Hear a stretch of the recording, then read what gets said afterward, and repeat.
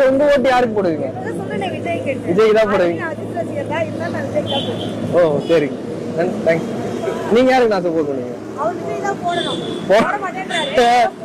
போடணும், இல்லன்னா வீட்டுல சோறு போட மாட்டீங்க.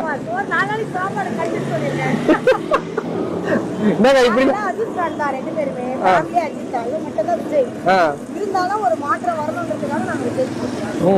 இந்த மாதிரிலாம் மிரட்டினா நாங்களாம் என்னங்க பண்றோம்?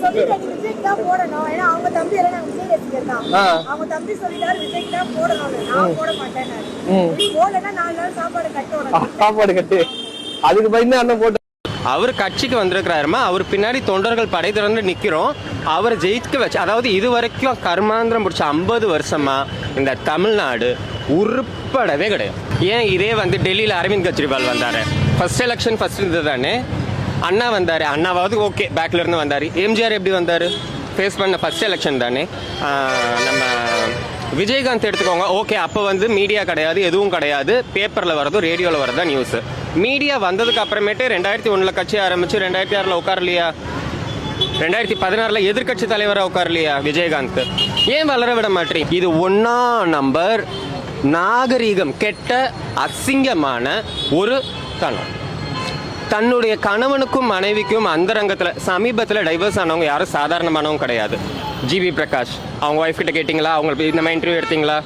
ஏஆர் ரஹ்மான் இன்டர்வியூ எடுத்தீங்களா? தனுஷ் சூப்பர் ஸ்டாரினுடைய ஒய்ஃப், சூப்பர் ஸ்டாரினுடைய குடும்பம் இன்டர்வியூ எடுத்தீங்களா?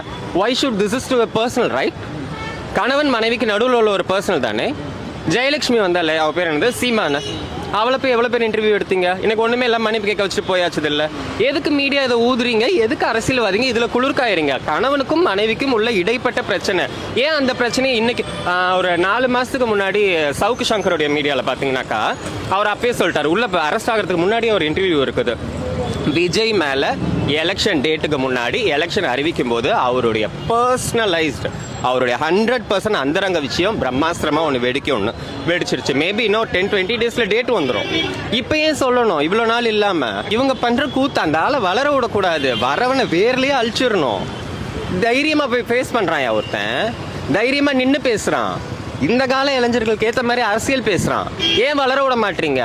இன்னும் ஒரு வார்த்தைக்கு 2வது வார்த்தை 10 நிமிஷம் யோசிச்சு அவன் ஏதாவது சொல்லிடுவானா, இவன் ஏதாவது சொல்லிடுவானா, இந்த பிரஸ்ல இந்த வார்த்தை இப்படி தப்பா போயிடுமா, அந்த பிரஸ்ல அந்த வார்த்தை இப்படி தப்பா போயிடுமான்னு காலத்துக்கும் அரசியல் ஏன் யோசிச்சு பேசணும்?